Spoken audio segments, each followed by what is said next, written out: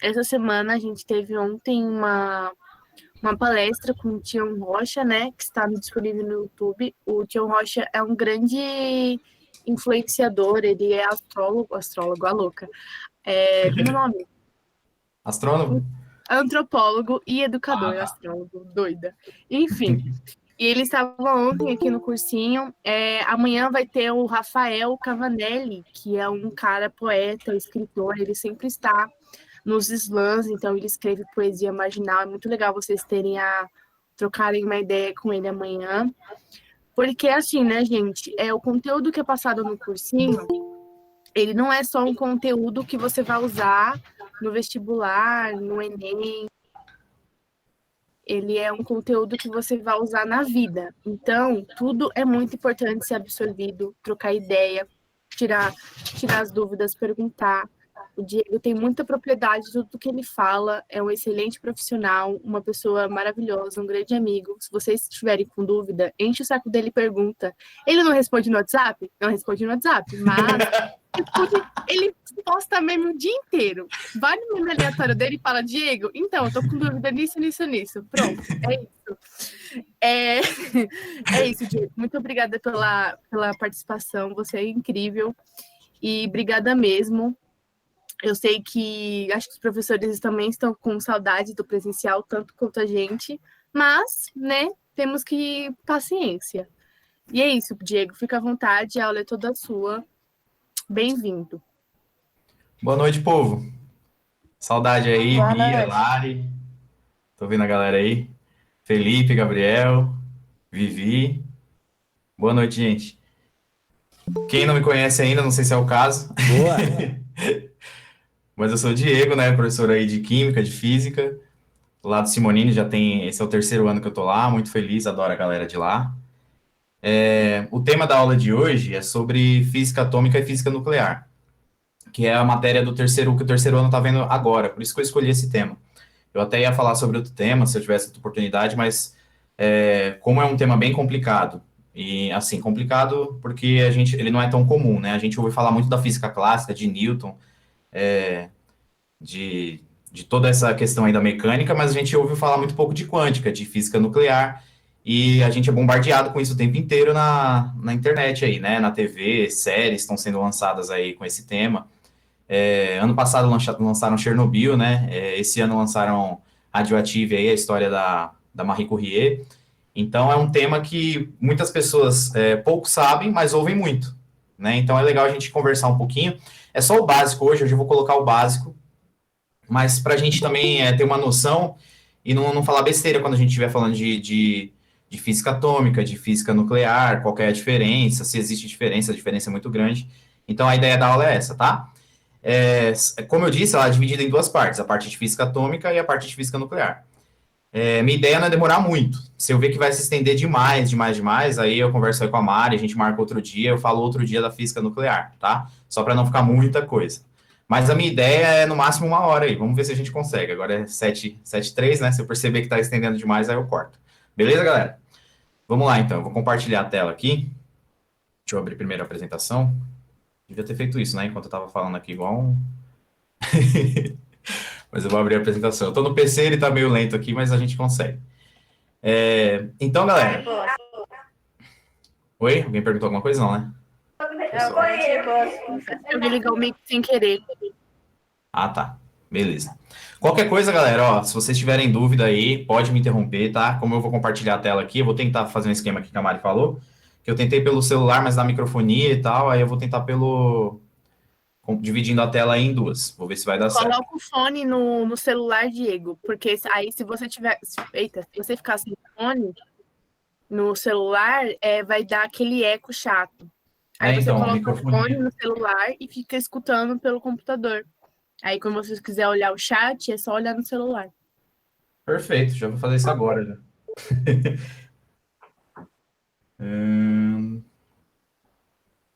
Certo, vamos ver se vai dar certo aí.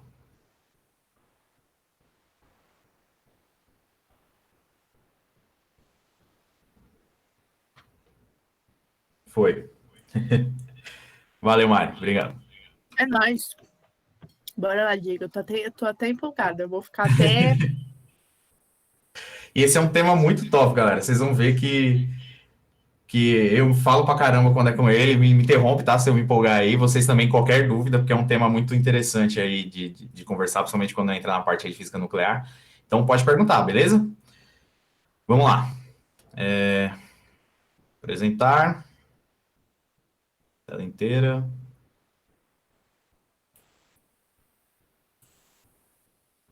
Vejam aí se tá compartilhando. Eu solicitei aí já. Tá sim, Diego. Fechou? Então vamos lá. Galera, ó. Átomo e radiação, uma introdução à física atômica e nuclear. Então, ó, pelo nome aí a gente já tem uma noção, ó. Física atômica, física do átomo. Nuclear, física do núcleo. Núcleo do quê? Núcleo do átomo, certo? Então, ó, de cara a gente já percebe que as duas estudam praticamente a mesma coisa. Vai ter uma pequena diferença aí entre as duas. Mas antes da gente falar aí da radiação e do átomo em si, a gente precisa entender o que é um átomo de verdade. Então, ó, hoje, o melhor jeito de eu falar o que é um átomo é a menor partícula que caracteriza um elemento. Se eu pegar alguma coisa, sei lá, uma caneta, por exemplo, e dividir a caneta em um monte de partes, a menor parte que eu vou conseguir dividir ela, mantendo um elemento que compõe elas naquele elemento, eu vou chamar de átomo. Se eu dividir mais do que isso, aí eu vou dividir em prótons, em nêutrons, em elétrons, aí ele deixa de ser aquele átomo e ele perde a característica dele. Então, por exemplo, eu perderia lá a característica do carbono, por exemplo. Se eu dividisse o carbono, ele deixaria de ser carbono, certo? Então, o máximo que eu consigo dividir mantendo aquele elemento como ele mesmo, eu chamo isso de átomo. Mas nem sempre foi fácil, assim, de determinar o que era um átomo, né? Essa palavra átomo aí, o A significa 100 e o tomo significa divisão. Então, achavam que o átomo era a menor partícula divisível possível. Então, eu achava que se eu dividisse uma coisa, a menor partícula possível que eu conseguiria chegar seria um átomo. E aí, hoje em dia, a gente já sabe que não, né? A gente consegue dividir ele mais do que isso. Mas isso foi uma grande série aí, levando milhares de anos aí, para a gente conseguir chegar nessa conclusão.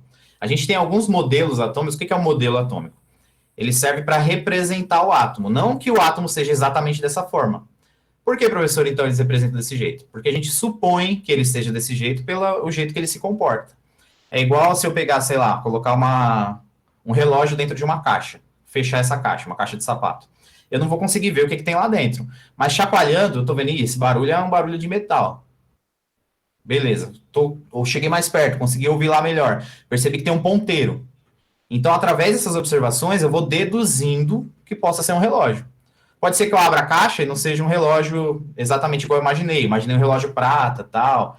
E aí eu abro, ele não é um relógio prata, ele é um relógio dourado, ele é digital em vez de ser analógico, como eu imaginei. Mas eu uso isso como um modelo. Por isso que o modelo atômico se chama isso. É impossível enxergar um átomo, pelo menos com a tecnologia que a gente tem hoje, a gente não consegue. É muito difícil de enxergar uma célula, né? Quem dirá um átomo aí, que uma célula é feita de bilhões de átomos. Certo? E aí a gente tem os principais modelos, que é o bola de bilhar, pudim de passas, o modelo de planetário, o modelo de planetário, que é utilizado pela quântica, e o modelo mecânico quântico. É bem simplesinha a diferença entre eles. O modelo lá de bola de bilhar é o de Dalton, mas antes do de Dalton, teve os filósofos da antiguidade, eles se perguntavam muito do que era feita a matéria. Se eu dividir as coisas, onde será que eu vou chegar? Do que será que é feito, por exemplo, esse vaso de barro que eu tenho aqui? Eles se questionavam muito sobre essas coisas. E aí foram surgindo as ideias da origem da matéria. A primeira foi por Tales de Mileto. Ele achava que toda a matéria provinha da água, né? Depois a gente teve Anaximenes, também de Mileto, Anaximenes de Mileto, ele achava que era proveniente do ar. Depois a gente teve o Xênones da Jônia, que achava que era da terra, e o Heráclito de Éfeso, que achava que era do fogo. E daí surgiu aquela ideia bonita dos 4 elementos, que a gente ouve muito aí hoje em dia, né?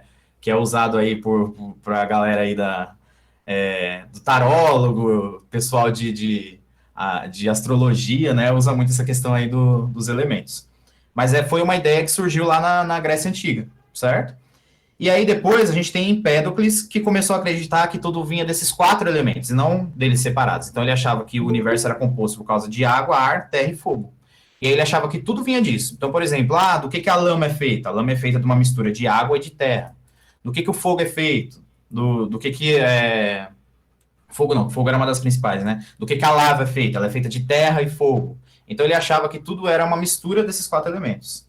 Depois, Platão e Aristóteles, eles começaram a achar que tinha um quinto elemento, que eles começaram a chamar de éter, né? Que aí os quadrinhos até usam bastante o éter, né? Ele achava que era um quinto elemento que fazia justamente essas mudanças dos quatro elementos. Isso ficou, galera, essa ideia ficou durante anos aí. Milhares de anos, centenas de anos achavam-se que eram os 4 elementos mesmo que formavam a matéria.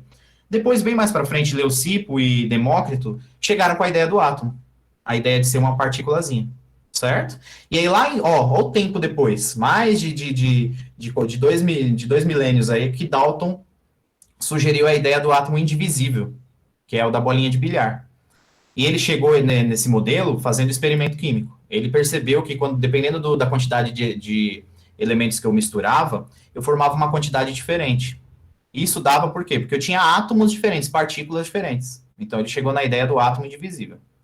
Depois de 100 anos, lá veio a ideia de Thomson. Thomson descobriu uma partícula que a gente conhece como o elétron, que é a carga negativa, né?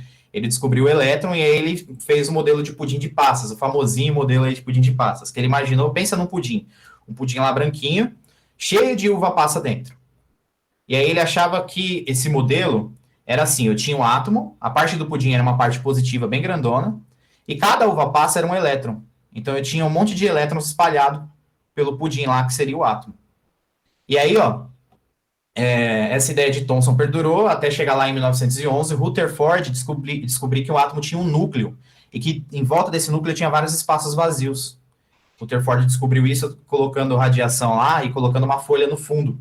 E aí toda vez, pela ideia de se fosse de Thomson, né, a radiação ia bater no átomo, se ele fosse corpulento, assim como ele achava que nem era um pudim, ia desviar esse raio. E na verdade não desviou. Teve casos que ele atravessou. Então, Rutherford, com esse experimento, ele conseguiu descobrir que dentro do átomo tinha espaço vazio. E aí ele deduziu que lá no centro tinha um núcleo do átomo, onde eu tenho os prótons e os nêutrons, e em volta ficavam girando os elétrons. Só que tinha um problema. Esse modelo de Rutherford não explicava por que um átomo liberava energia. E aí foi que veio Bohr, depois aí de 2 anos, quase 3 anos, e deu a ideia dos níveis de energia, que os elétrons eles ficam no lugar específico ali do átomo, e que esse lugar específico tem uma quantidade de energia específica. E que se o átomo mudar de posição, ele pode absorver ou liberar energia. Ele não pode ficar com aquela energia diferente na posição diferente que ele estava. Então, isso aí a gente chama de níveis de energia. E esse modelo ficou até um tempo aí. Só que tem um problema. Com a descoberta da mecânica quântica, descobriram que o elétron não tinha um lugar fixo para ficar. Eu tinha regiões do átomo onde era maior a probabilidade de eu encontrar elétrons. E aí veio a ideia de Schrödinger, junto lá com de Broglie, né, essa galera nova aí até Einstein, e sugeriram a ideia de um átomo com nuvem eletrônica. Imagina que eu tenho o núcleo, em volta tem uma nuvem, e essa nuvem é feita de elétrons. E aí tem lugares específicos lá que eu sei que vai ter mais elétrons do que outros lugares, certo? Daí veio a ideia de Schrödinger, e esse é o modelo atual, tá? O modelo mais usado hoje na física é o modelo de Schrödinger, o modelo de nuvem eletrônica, beleza? E o que a gente mais conhece, né, por causa do diminêutron aí, é o modelo de Rutherford, que é esse clássico aí, né, que tem o núcleo e tem um monte de elétrons girando em volta dele. Mas o modelo mais aceito pela ciência hoje em dia é o de nuvem eletrônica. E aí, ó, aqui é só para a gente ter uma noção de como às vezes as coisas demoram para evoluir, mas dependendo se eu tiver uma base, uma contribuição de outra pessoa, eu consigo uma evolução muito mais rápida. Então, ó, das ideias lá dos gregos de antigamente, dos elementos, até chegar à ideia aí de Dalton, levou 2.200 anos. Para passar para a ideia de Dalton, para de Thomson, do pudim de passas, levou 100 anos. Do pudim de passas para de Bohr, levou mais 2 anos. E aí depois descobriram também que o elétron poderia girar em forma de elipse. Isso demorou mais 3 anos. E para chegar no último modelo, que é o modelo de nuvem eletrônica, levou 7. Então, ó, às vezes eu posso estar até errado no que eu estou propondo. Isso é muito comum na ciência, né? Eu posso estar errado no que eu estou propondo, mas através da minha proposição eu consigo estudar, porque eu vou ter uma base, e consigo melhorar esse estudo. Isso é ciência, tá? Pode ver aí que, ó, levou anos e anos aí, mas depois, principalmente no último século, no século XX, né, a gente teve mais liberdade para pesquisa, e olha aí como foi rapidinho a mudança do modelo atômico, né? É um bagulho doido, né? Beleza. Então, professor, eu já sei o que é um átomo, como que ele funciona mais ou menos. Ele tem um núcleo, dentro dele eu tenho carga positiva, que é o próton, carga neutra, que é o nêutron, e em volta eu tenho os elétrons, que são cargas negativas. Beleza? E qual é a diferença, então, da física atômica para a nuclear? A física atômica, ela vai estudar a estrutura do átomo, mas principalmente a região dos elétrons, as camadas eletrônicas e os orbitais. Orbital é a região onde eu posso encontrar elétron, uma região de maior probabilidade de encontrar elétron. Então, ó, a física atômica, ela estuda principalmente as camadas eletrônicas. E a física nuclear, ela também estuda a estrutura do átomo, mas ela estuda principalmente o núcleo do átomo. Então, ela não quer saber dos elétrons, ela quer saber dos prótons e dos nêutrons. Já a física atômica quer saber mais dos elétrons. Então, essa é a diferença. Por que confundem muito? Porque lá na física nuclear é onde se estudam as bombas atômicas. Então, quando a gente fala de física atômica, a gente já quer relacionar com as bombas nucleares. Mas as bombas nucleares são estudadas pela física nuclear, que a gente vai entender ali mais ou menos na frente aí como é que funciona a explosão de uma bomba nuclear. Na física atômica, eu estudo mais o salto quântico. Então, essa é a diferença básica entre as duas. Até aqui no finalzinho eu coloquei. Enquanto a primeira ocupa-se do estudo do átomo como um conjunto de elétron-núcleo, a segunda estuda apenas o núcleo. A física nuclear estuda apenas o núcleo, suas propriedades e as reações nucleares. Beleza? Então, ó, lembra disso. Física atômica estuda a estrutura do átomo e principalmente os elétrons. Física nuclear estuda o núcleo do átomo. Beleza? Então, sabendo disso, dá para a gente pegar uns exemplos aí no nosso dia a dia de física atômica. Quem é do terceiro, se tiver alguém aí do terceiro, eu pedi uma atividade assim para vocês, né? Antes de eu mostrar isso aí, eu vou mostrar um videozinho. Oi, alguém chamou? Eu fiz atividade sobre isso. Ah, beleza, Não lá. tinha entendido muito bem. Então, por isso que eu já marquei esse tema, porque a galera sofreu com esse tema aí, porque é um tema diferente, né? A gente não ouve muito falar dele. Ainda tô sofrendo. Mano, tá difícil, pessoal. Eu não julgo, não, porque é bem complicado mesmo, que é bem diferente do que vocês já viram. Mas vocês vão ver aí com os exemplos que é coisa simples, galera, que a gente vê no dia a dia o tempo inteiro, mas a gente não sabe como que aquilo funciona. Então, ó, antes de eu mostrar os exemplos, eu vou explicar o que é salto quântico para vocês. Vou passar um videozinho rapidinho aqui de 3 minutinhos, falando sobre Bohr e o salto quântico, beleza? Algumas das ideias mais surpreendentes viriam da mente de Niels Bohr, um físico que adorava discutir novos conceitos jogando ping-pong. Bohr estava convencido de que a solução para o mistério estava no coração da matéria, na estrutura do átomo.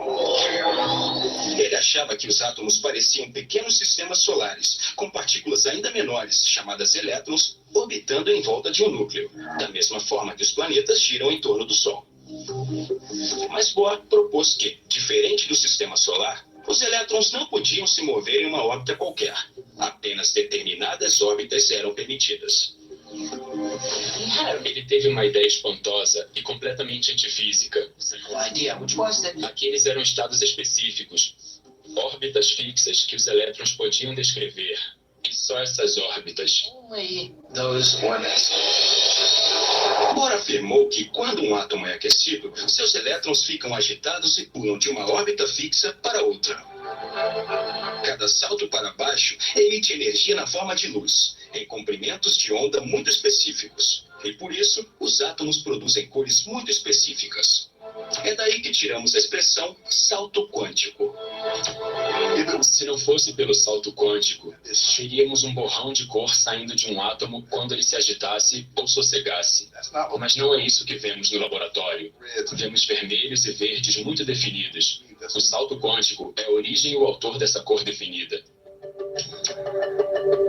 A grande surpresa do salto quântico foi que os elétrons iam diretamente daqui para lá, aparentemente sem se mover pelo espaço no meio.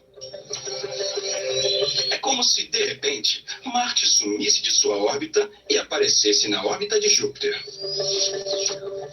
Bohr argumentou que o salto quântico surge de uma propriedade fundamental e fundamentalmente esquisita dos elétrons nos átomos. Sua energia vem em blocos distintos que não podem ser subdivididos. Quantidades mínimas específicas chamadas quanta.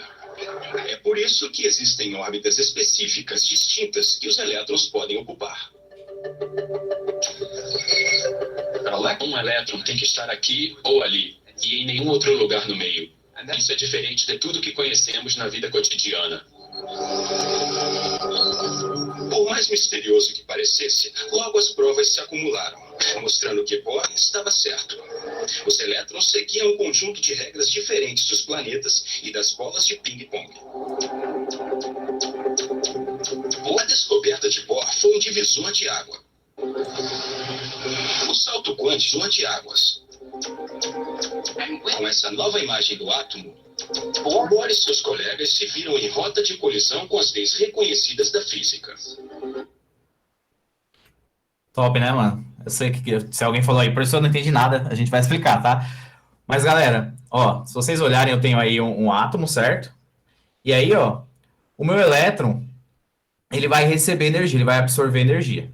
Então, ó, olhem aí, eu tenho o núcleo, que é a bolinha vermelhinha e a azulzinha, certo? E em volta eu tenho os elétrons. Então, eu tenho a primeira camada, que é o círculo menorzinho aí, a segunda camada e a terceira.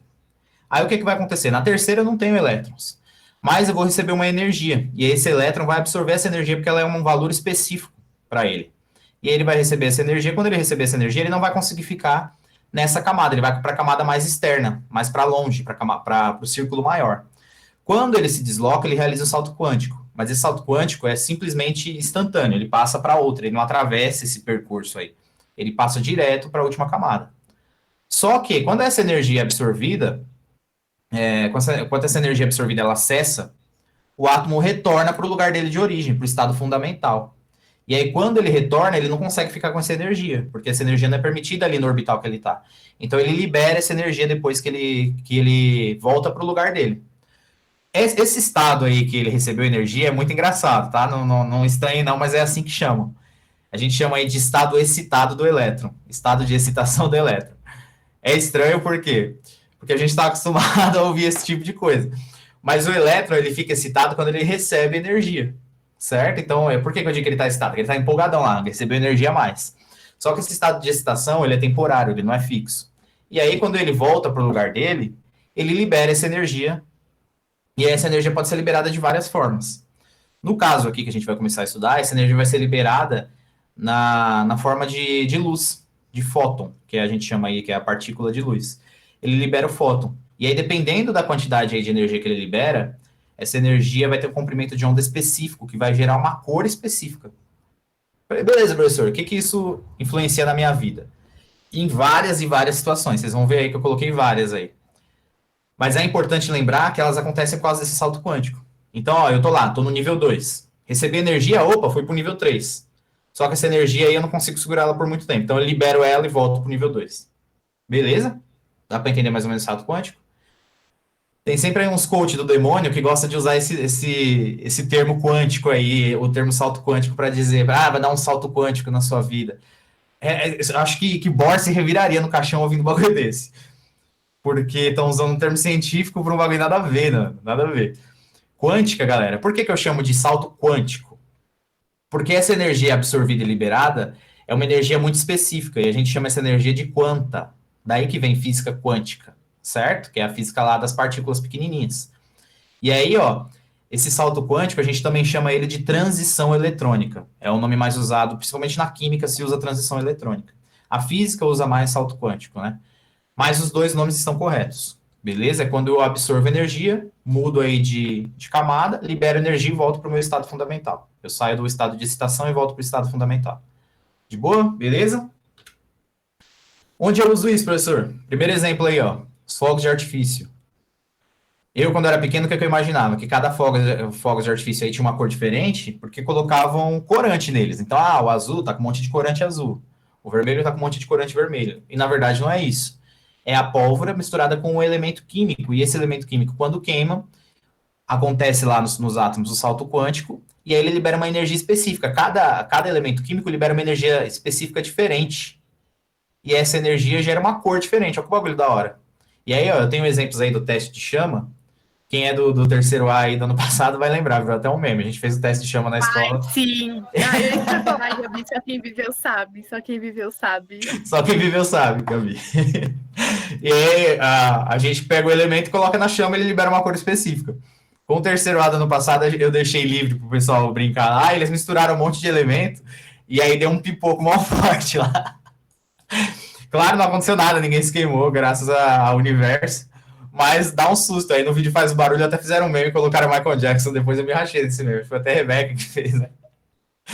Mas ficou muito engraçado. Porque, galera, cada elemento químico, ele libera uma quantidade específica. Então, a gente tem um exemplo aí, ó, o primeiro, o césio, é um roxinho. Aí eu tenho o potássio, já é um roxo um pouquinho diferente. Eu tenho o índio, Já quando ele queima, ele libera um roxo quase azulado. Aí eu tenho o selênio já libera um azulzão. Depois eu tenho o cobre, já é um verde azulado, né? Um verde água ali. Depois eu tenho o boro, que libera um verde bem nítido, bem forte. Depois eu tenho o bário, que libera um verde bem amarelado, quase amarelo. Depois eu tenho o sódio, que libera a cor amarela. O cálcio, que libera laranja. O estrôncio, que libera o vermelho. E o lítio, que libera um vermelho mais intenso.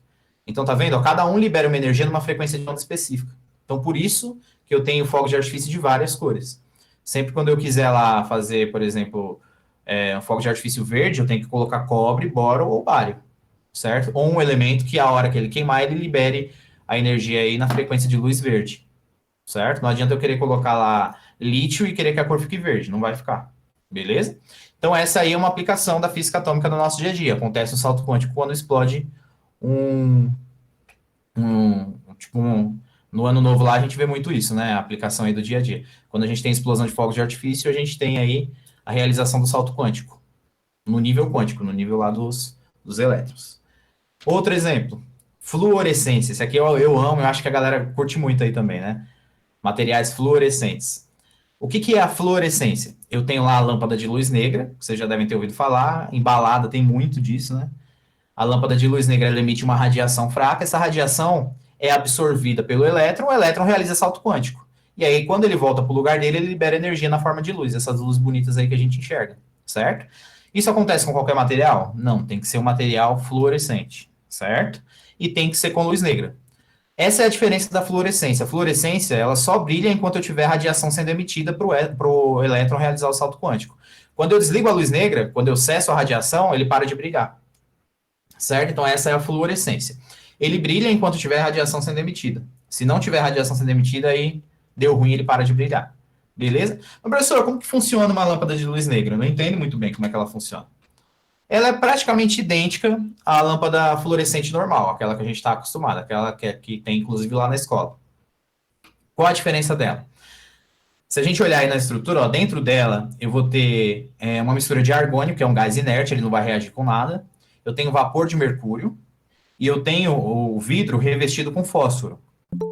E aí, o que acontece? Eu ligo ela lá na tomada, a energia elétrica passa por ela, os elétrons entram em choque aí com o mercúrio, com o átomo de mercúrio, e libera uma radiação ultravioleta. Essa radiação, ela acerta o revestimento de fósforo. Aí o fósforo, o que acontece com ele? Salto quântico no fósforo. Ele absorve energia, certo? E depois ele retorna para o lugar dele e libera essa energia na forma de luz. Por isso que a lâmpada brilha. Beleza? Então, tanto é que quando quebram, sai até um pozinho lá de dentro. Esse pozinho geralmente aí é fósforo, mercúrio e argônio. É uma mistura. Qual a diferença da luz, então, normal dessa fluorescente para a luz negra? A luz negra, ela não tem fósforo dentro. Então, ela não brilha em si. A radiação passa direto por ela. A radiação não bate lá no fósforo e brilha. E aonde que acontece, então, professor? O que aconteceria com o fósforo dentro da lâmpada acontece com as nossas roupas, que são fluorescentes. Acontece com o nosso tênis, que é fluorescente, com os objetos lá que a gente viu que são fluorescentes. E aí, os objetos é que vão fazer o papel do fósforo. Vão absorver a energia, certo? E aí o elétron vai voltar para o lugar dele e vai liberar essa energia na forma de luz. Essa é a diferença da lâmpada de luz negra. Professor, a lâmpada só funciona com essa radiação? Ela é perigosa? Não, não é. Tá? A radiação de uma lâmpada ultravioleta é UVA. É uma radiação muito baixa. Tá? Agora, o sol, por exemplo, dependendo do horário, ele emite UVC, que é perigosíssimo, que queima a pele, dá câncer de pele, né? Então, as lâmpadas não tem problema. Eu também consigo alcançar esse efeito da luz negra se eu chegar próximo da cor ultravioleta, do violeta lá do comprimento de onda da frequência do ultravioleta. Eu consigo fazer isso, a gente até fez na escola já, pegando o celular, colocando um pedacinho de fitinha de durex, pinto com canetão azul, coloco mais uma fita de durex, pinto com canetão azul, faço isso umas 5 vezes. E aí eu ligo a lanterna do celular. Quando eu ligar a lanterna do celular, a frequência emitida é muito próxima da frequência do ultravioleta. Então os objetos vão brilhar também, certo? Uma coisa que também fazem é na roupa branca, eles colocam branqueador óptico, o pessoal que vende, a galera do controle de qualidade aí de sabão em pó, essas coisas, colocam branqueador óptico. Porque aí quando eu sair no sol, o sol também tem radiação ultravioleta, ele vai fazer minha camiseta brilhar e minha camiseta vai parecer mais branca do que ela é. Então por isso que eles usam branqueador óptico nas indústrias. É usado também em papel, na indústria do papel, colocam no papel sulfite, para ele parecer mais branco do que ele é quando bater radiação nele. Então, esses são truques da indústria. certo? Inclusive, eu trabalhei já com branqueador óptico. Ele parece um gelzinho transparente, dependendo do jeito que a luz bater nele, ele fica um roxinho. E aí, ó, beleza, professor. E a fosforescência? Qual a diferença da fluorescência para fosforescência? As duas, elas acontecem por causa do salto quântico, certo?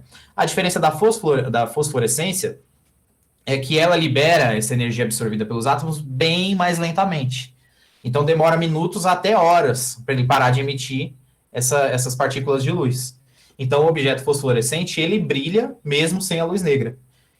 Então, não sei se vocês já viram, quem é criança já deve ter tido isso, né? Que na lojinha de 99 vende a rodo isso aí. Essas estrelinhas que a gente pendura no quarto, que brilham de noite. Elas passam o dia inteiro acumulando energia do sol, certo? E aí, quando chega de noite, ela vai liberando aos poucos. Então, por isso que brilha a noite toda, as estrelinhas. Isso acontece no relógio também, eles colocam uma tinta aí no ponteiro, para quando você estiver no escuro, você conseguir enxergar a hora do mesmo jeito. A maioria dos relógios de ponteiro tem isso. E também os interruptores. Os interruptores também têm uma tinta especial aí fosforescente. Certo? Então, a diferença da fluorescência para fosforescência é que a fluorescência, ela só brilha enquanto eu tiver radiação sendo emitida, enquanto estiver ligada à luz negra. Desligou, parou de brilhar. A fosforescência não, ela continua brilhando por alguns minutos e pode brilhar até horas, né? Até a noite inteira. Beleza? Então, aí, ó, um outro exemplo da física atômica, aí da atividade lá que eu tinha passado para o terceiro. Eu podia ter usado. Outro exemplo, laser, né? De onde vem essa palavra laser? É uma sigla em inglês lá para a expressão Light Amplification by Stimulated Emission of Radiation. Ou traduzindo aí, né? Uma tradução bem literalzona, amplificação da luz por emissão estimulada da radiação. Então, eu tenho uma luz que é amplificada porque eu estimulo um salto quântico. Olha que bagulho da hora, que bagulho top.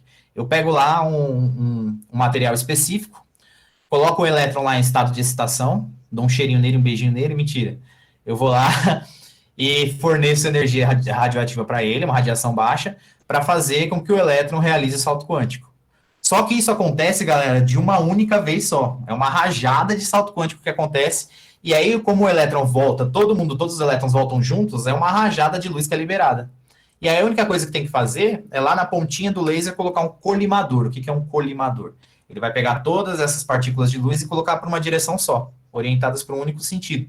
E aí o laser sai aquela luzinha fininha, certo? E aí, dependendo da quantidade que eu libere lá de energia lá no salto quântico, eu vou ter um laser mais potente ou um laser menos potente, certo? E o laser, ele é utilizado em várias situações. Isso eu acho o laser tipo um dos materiais mais versáteis aí da física atômica. Porque ele é usado, se você colocar lá numa alta radiação, ele pode queimar células de tatuagem ou de pelo, né? Isso acontece bastante aí na depilação a laser, né?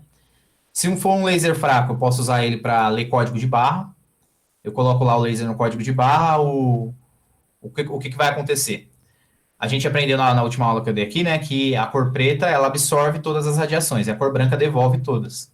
Então, ó, eu vou colocar lá o laser, onde tiver preto, ele vai absorver a luz do laser. Onde tiver branco, ele vai devolver. E aí, as que forem devolvidas, a gente interpreta como 1.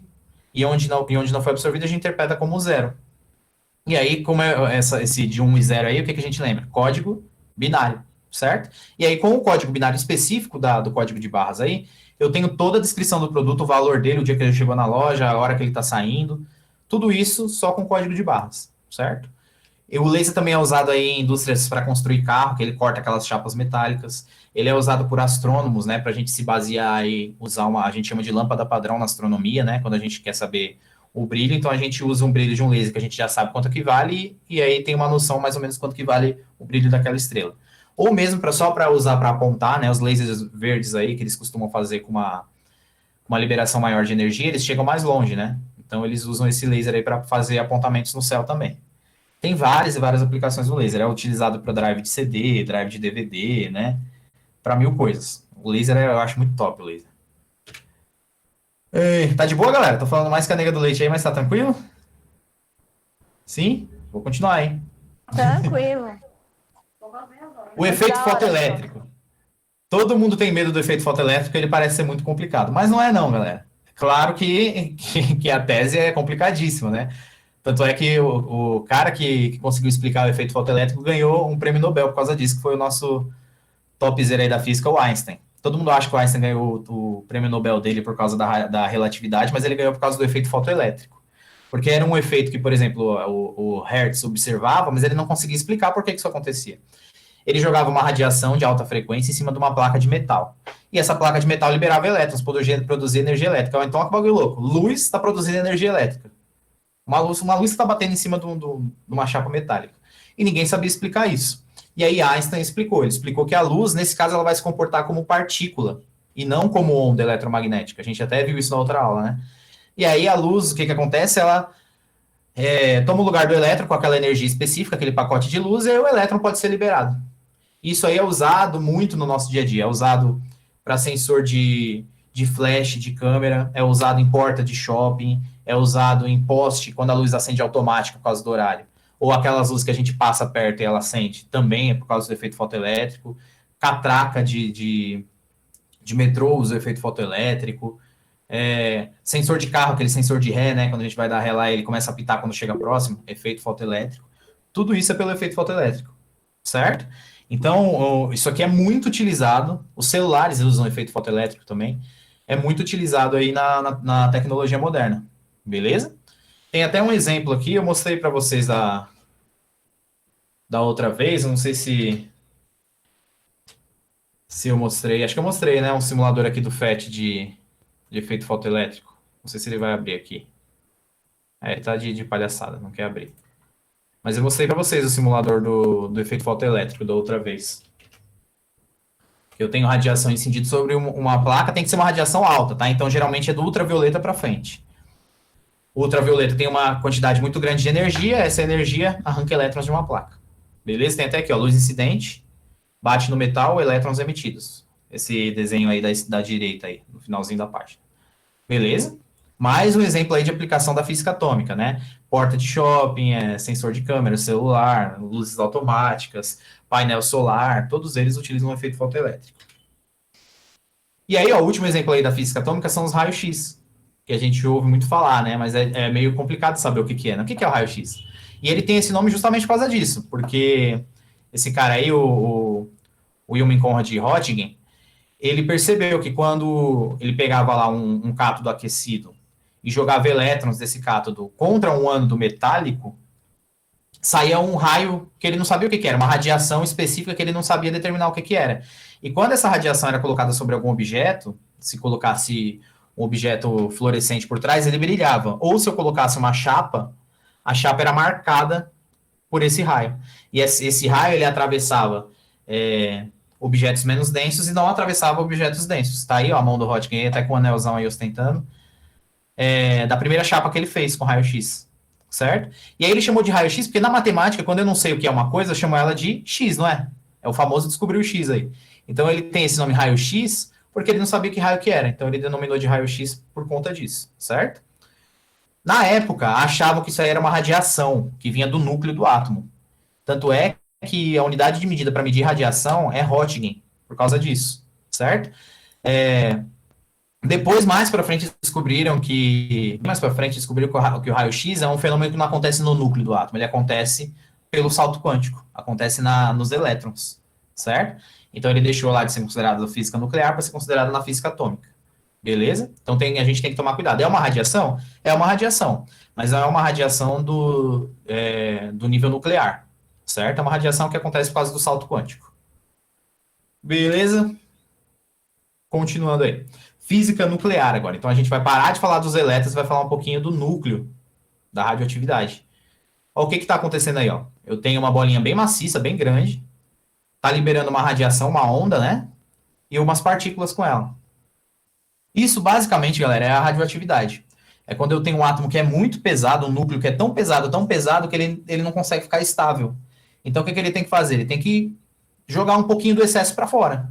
Imagina lá que eu estou no busão lotadão, já não está dando mais, você expulsa 3 pessoas lá, sai fora e aí fica mais fácil de ficar dentro do ônibus. É o mesmo princípio aqui. Eu tenho um núcleo que tem tanto próton e nêutron que ele não consegue se estabilizar. E aí ele libera essa energia, certo? E aí quando ele libera uma onda específica que a gente chama de radioatividade.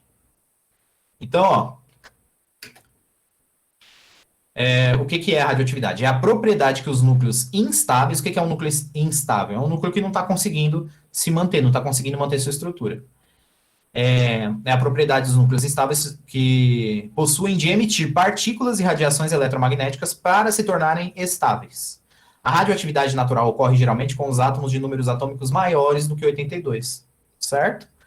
Então, ó, se a gente olhar na tabela periódica lá, o próximo elemento que seria 83 já é o urânio, que é radioativo, certo? Então, o que é um número atômico? É a quantidade de prótons que ele tem lá no núcleo, certo? E o que é massa? A quantidade de prótons mais nêutrons. A gente vai entender isso aí um pouquinho mais na frente, quando a gente falar de radiação alfa, beta e gama. Certo?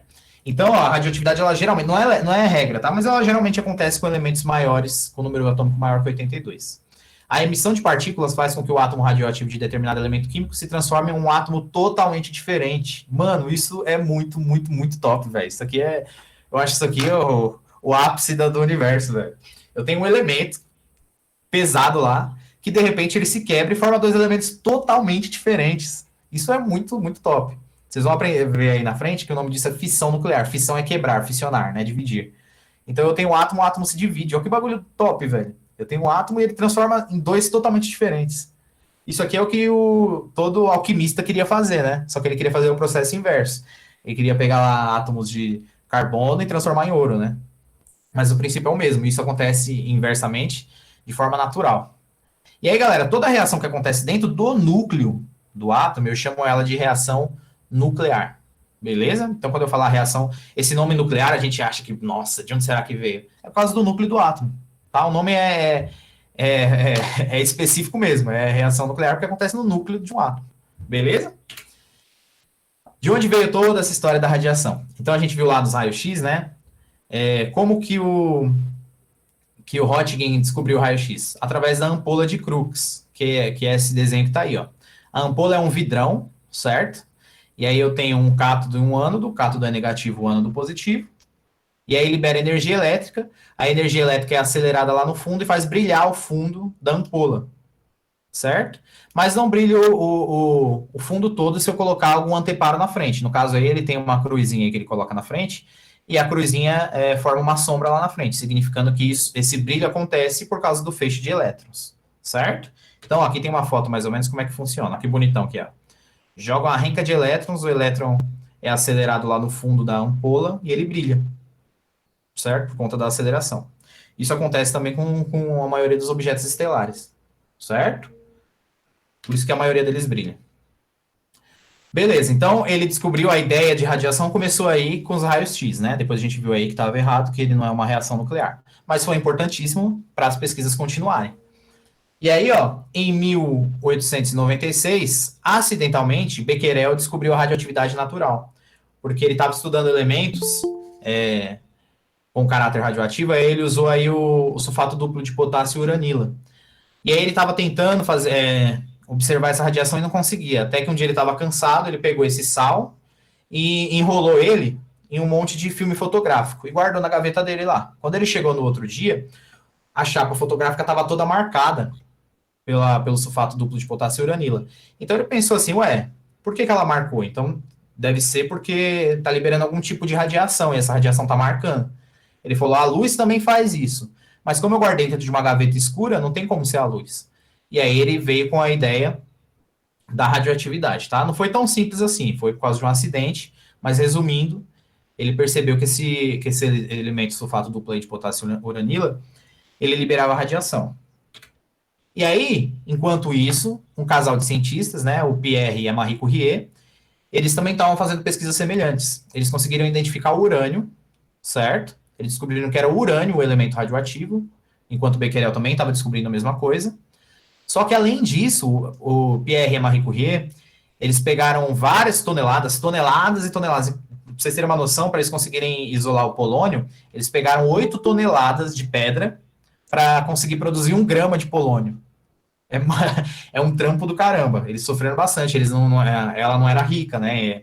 Ela era muito humilde. E o marido dela, quando ela casou, ele até já dava aula há algum tempo, lá na França. Mas ela é de origem humilde. Então, eles tiveram muito trabalho. Eles trabalhavam muito, pegavam no pesado lá, minerando o minério aí para produzir polônio e rádio. E aí ela conseguiu identificar o urânio. Depois ela descobriu o polônio.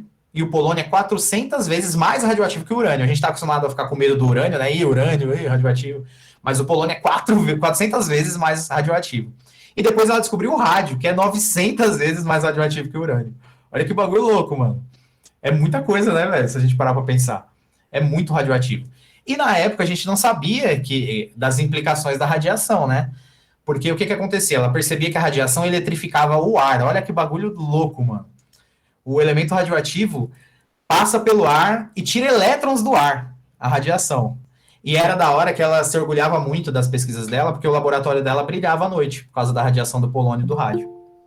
Era uma mistura aí de brilho azulado com brilho esverdeado. Era muito bonito, mas tinha radiação pra caramba. Até hoje, o diário da Marie Curie é isolado, você tem que, quando você vai visitar lá no Museu da França, você tem que se encher de anteparos antirradioativos aí, porque só o diário dela tá carregadíssimo de radiação. E aí, galera, o que eu acho foda da Marie Curie é que ela foi a primeira mulher a ganhar o prêmio Nobel. Eles ganharam o prêmio Nobel de Física, ela junto com o marido e Becquerel, por conta da descoberta da radioatividade, os três ganharam um prêmio Nobel. E depois de alguns anos, ela ganhou o prêmio Nobel de Química por ter descoberto o polônio e o rádio. Ela é muito foda. Ela é a primeira mulher a ganhar um prêmio Nobel. E ela é a primeira pessoa na história a ganhar 2 prêmios Nobel diferentes. Ela é muito, muito top, muito top. Vocês vão ver aqui, ó, eu tenho uma foto aqui de uma convenção de ciências, onde eu tenho só os pica da ciência aí, ó. Se vocês olharem aí, eu tenho Bohr, eu tenho Einstein, eu tenho o Heisenberg, eu tenho o Schrödinger, eu tenho o Dirac, tenho o Lorentz, tenho o Planck, tem só os caras famosinhos. E só ela lá de mulher, mano. Ela era tão foda que os caras tiveram que engolir ela, tiveram que chamar ela. Era impossível não chamar ela por conta da contribuição que ela dava para a ciência naquela época. Então, olha aí, a foto embaixo, ela é colorida artificialmente. Mas vocês conseguem ter uma noção aí de como ela é tão importante a nível de chamarem ela para uma convenção dessa, certo? Então eu acho ela muito top. O filme saiu aí, eu baixei o filme, mas eu não tive tempo de assistir ainda. Mas eu vou assistir o filme, parece que o filme está bem fiel à história dela. Mostra aí o tanto que ela sofreu para conseguir minerar o polônio, minerar o rádio, os preconceitos que ela sofreu por ser mulher, claro, né? Se hoje já sofre, imagina na época. Então, é muito, muito foda. Eu pago uma madeira enorme aí para Marie Curie, porque ela é muito, muito foda, certo? Beleza, professor. E aí, o que acontece aí na radioatividade? Por que ela é tão perigosa? Nas últimas descobertas, a gente consegue saber que o modelo atômico explica os tipos de radiação mais conhecidos, que é a alfa, beta e gama, que são as radiações mais faladas. A gente tem radiação de nêutron, de neutrino, mas as mais conhecidas são a de radiações alfa, radiação beta e radiação gama. O que a gente sabe até hoje sobre a radiação alfa? A radiação alfa é uma partícula. Ela tem carga positiva e ela é feita de 2 prótons e 2 nêutrons. Então, o número atômico de uma radiação alfa, por ela ter 2 prótons, é 2. E a massa dela, o que é a massa? Tudo que compõe o núcleo. O que compõe o núcleo? Próton e nêutron. Então, como eu tenho 2 prótons e 2 nêutrons, a massa dela vale 4. A velocidade média dela é de 20 mil km por segundo. Você, caraca, mano, a bicha é veloz. Mas ela é a mais lenta das 3, pra vocês terem uma noção aí do que vem pela frente. Certo? Então, a radiação alfa, ela é extremamente perigosa, mas não nada próximo das que vocês vão ver aí mais pra frente, certo? Então, ela é uma radiação emitida na fórmula de partícula. Eu tenho lá um núcleo que está muito pesado, certo? Lembra lá o exemplo do ônibus. O ônibus está muito cheio, a gente expulsa lá 4 pessoas para dar uma aliviada. É isso que uma radiação alfa é. Ela libera lá 2 prótons e 2 nêutrons para aliviar o núcleo, para ele ficar mais estável, certo? Qual é o poder de penetração da radiação alfa? É muito pequeno. Por quê? Por ela ter muita partícula, ela tem 4 partículas, ela fica pesada. Então, é difícil ela atravessar as coisas. Então, uma folha de papel, ou mesmo o ar, consegue barrar a radiação alfa, certo? Por conta dela ser muito pesada. Como que um elemento sofre uma radiação alfa? Aí vem a primeira lei da radioatividade, que é a lei de Soddy.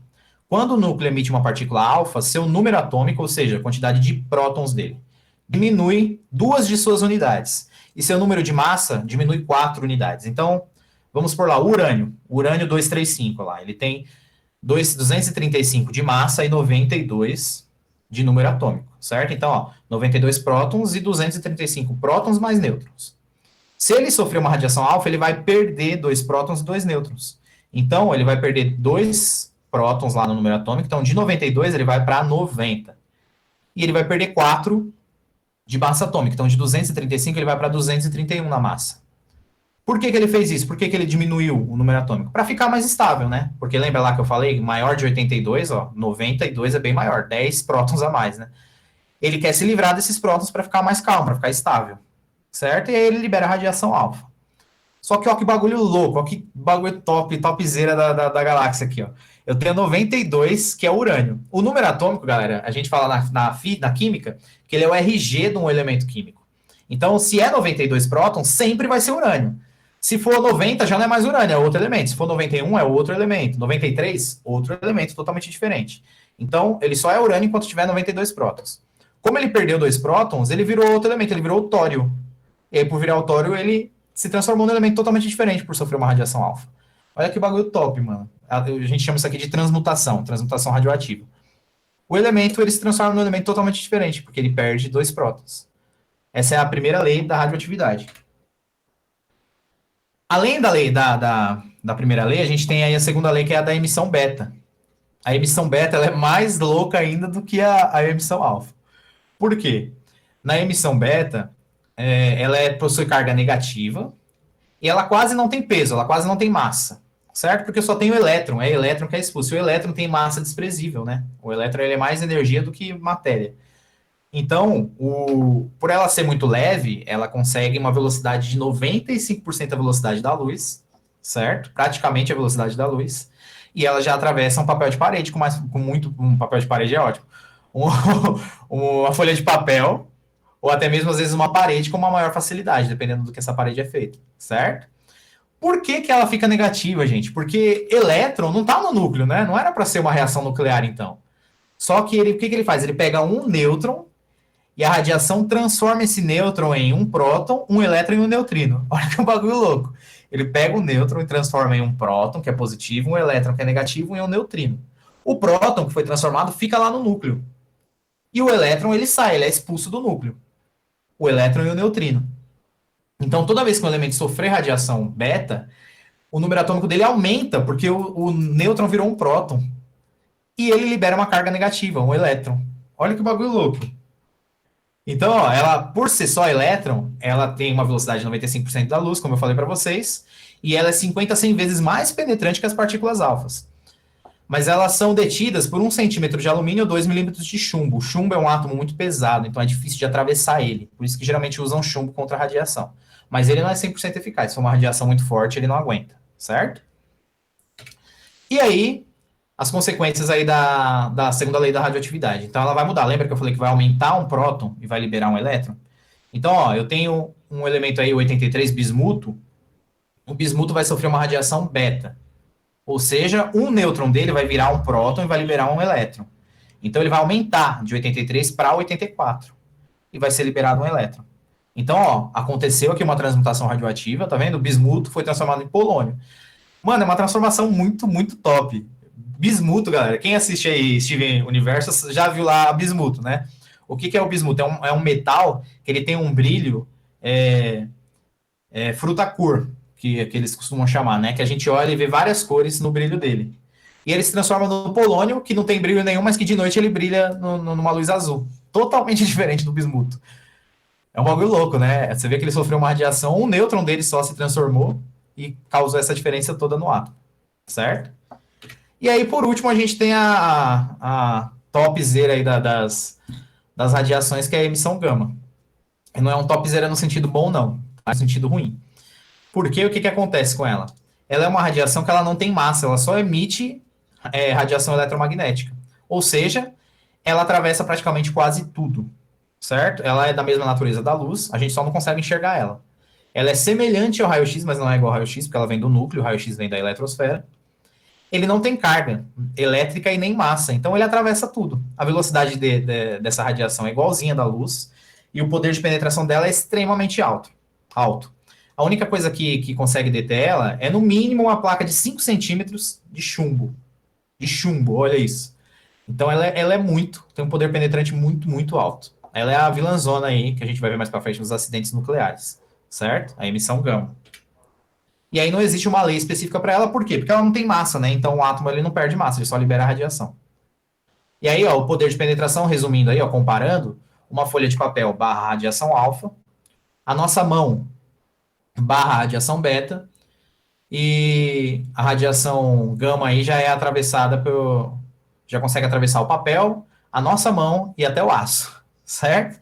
Olha no desenho aí de baixo, tá vendo aí que tem um potinho com símbolo de radioatividade, dá pra gente entender por que, que a alfa é mais fácil de barrar. Olha como ela é mais pesada do que as outras, ó. Ela tem 4 partículas, tá vendo? Por isso que a alfa é barrada por uma folha de papel. Já a beta, ela consegue atravessar a folha de papel porque ela é menorzinha, tá vendo? Mas ela é um elétron. O elétron ainda tem interação, né? Se passar um próton lá, ele se liga nele e acaba a radiação. Então, uma folha de alumínio consegue barrar. Já a radiação gama aí, ó, como ela não tem carga elétrica e ela não tem massa, ela atravessa praticamente tudo. Só o chumbo mesmo que consegue barrar ela e tem que ser bem espesso. Beleza? Tem aí, ó, outro exemplo, ó. Partícula alfa, partícula beta. Raio-X, que atravessa aí. Oi? Oi? A luz do Sol, não, ela não. Nenhuma das três, na verdade. Porque ela é radiação ultravioleta do Sol. Ela é classificada como onda eletromagnética na forma de luz ou na forma de radiação ultravioleta. Mas isso só acontece porque a gente tem o campo eletromagnético aqui na Terra que barra os raios gama do Sol. Porque o Sol libera raio gama virado no giraia. Um monte de raio gama ele libera. Por isso que Marte não tem vida, porque o núcleo de Marte parou de girar, né? E aí não produz mais campo eletromagnético. Então a gente não tá. Se a gente tivesse em Marte, a gente não estaria protegido e morreria de câncer rapidinho. Fora as outras várias causas de morte que a gente teria por conta da situação de Marte, né? Mas falando só da radiação, se a gente não tivesse campo eletromagnético, a radiação do Sol seria nociva para a gente, radiação gama, tá? Fora os raios cósmicos, que são uns raios gama mais apelão ainda. Então é bem complicado. A gente tem o raio-X, raio gama, e ainda a gente tem partículas de nêutron. O nêutron ele atravessa ainda mais do que o raio gama, mas ele não é tão nocivo assim. Por que ele atravessa tudo, professor? O nêutron ele se chama nêutron por não ter carga, né? Então, se ele não tem carga, ele vai passar do lado do próton, do lado do elétron, e vai estar cagando para os dois, né? Como ele não tem carga, ele não vai interagir. Então, ele passa diretão. Ele atravessa a maioria das coisas. Certo? Beleza. Tranquilo até aí? De boa? Sim, né? Se ninguém falou nada, quem cala, consente. O espectro, já estamos acabando, tá? O espectro eletromagnético. Como é que ele funciona? A gente tem aí, ó, esse arco-íris bonitão aí, que é o famoso espectro visível, que é aquilo que a gente enxerga com o nosso olho humano. Além do vermelho, a gente tem o infravermelho. E além do violeta, a gente tem o ultravioleta. O infravermelho, eles não são radiações ionizantes. O que é uma radiação ionizante? Ela atravessa um átomo e arranca elétrons dele. E aí transforma ele num íon, transforma ele num radical livre. Isso é extremamente prejudicial, certo? Principalmente para o ser vivo, no geral, não só para o ser humano, para o ser vivo. E aí o infravermelho, ele não é ionizante, mas o ultravioleta é. Então, ó, qualquer raio depois do ultravioleta já é complicado para a gente. Então, a partir do UVB e UVC, o UVA que eu falei lá para vocês do Sol, não tem problema. Mas o UVB e o UVC já começa a dar ruim. Os raios-x são nocivos se a gente ficar numa exposição muito alta. Tanto é que quem trabalha com raio-x aí só pode trabalhar no máximo 4 horas por dia, né? Tem cara que dá uma desperta aí, né? E trabalha em 2 hospitais, 3 hospitais, mas ele tá só se prejudicando, né? A gente tem os raios gama, que são mais fortes que o raio-x, e os raios cósmicos, que são mais fortes ainda do que os raios gama. Eles têm muito mais energia. Eles são extremamente ionizantes. Lembra dessa palavra, tá vendo? Ó? Depois do violeta, aqui só inverte a direção, mas é a mesma coisa, tá vendo? Depois do ultravioleta, a radiação é ionizante, ela vai arrancar elétrons. E antes lá do vermelho, no infravermelho, ela não é ionizante. Então, por isso que a gente pode ficar exposto aí a frequência de rádio, de televisão, de celular, que não morre não, tá? Aí tem gente, mas se ficar no celular do lado do micro-ondas, é umas doideiras, né? Não tem comprovação científica disso, certo? De que, eu vou morrer se eu ficar do lado do micro-ondas. Claro que eu não vou meter minha cabeça lá, né? Porque o micro-ondas ele funciona agitando as partículas de água, né? O corpo humano é 70% água, então já viu, né? Vai esquentar até a morte.